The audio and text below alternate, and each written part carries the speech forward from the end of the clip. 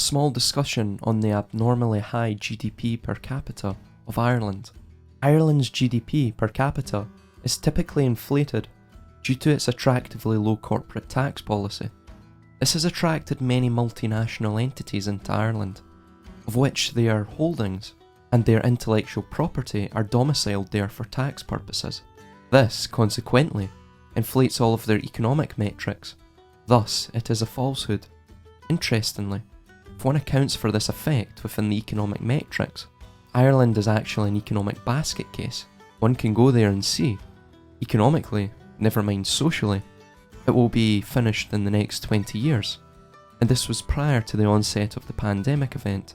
However, Ireland is not unique in this circumstance.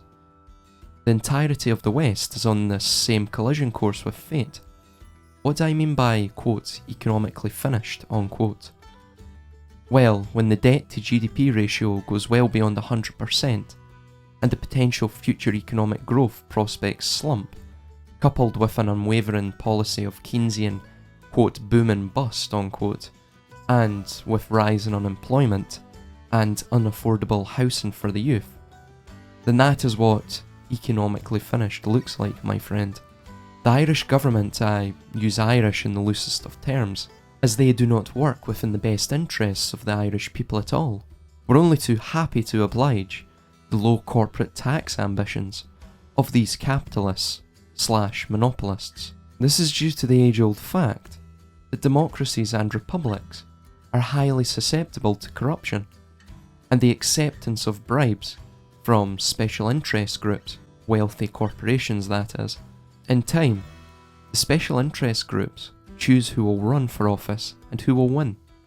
The charade of voting is maintained as an illusion to placate the lower orders.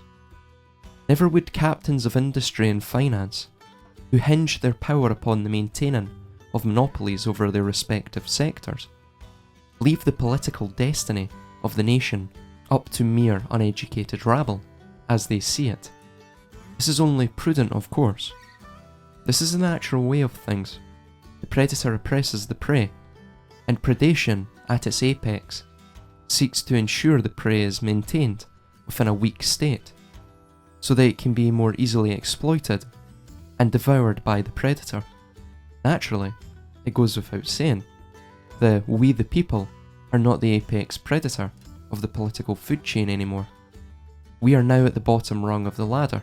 If it does not fear us, then we simply come to fear it. However, that is a tangential discussion for another day.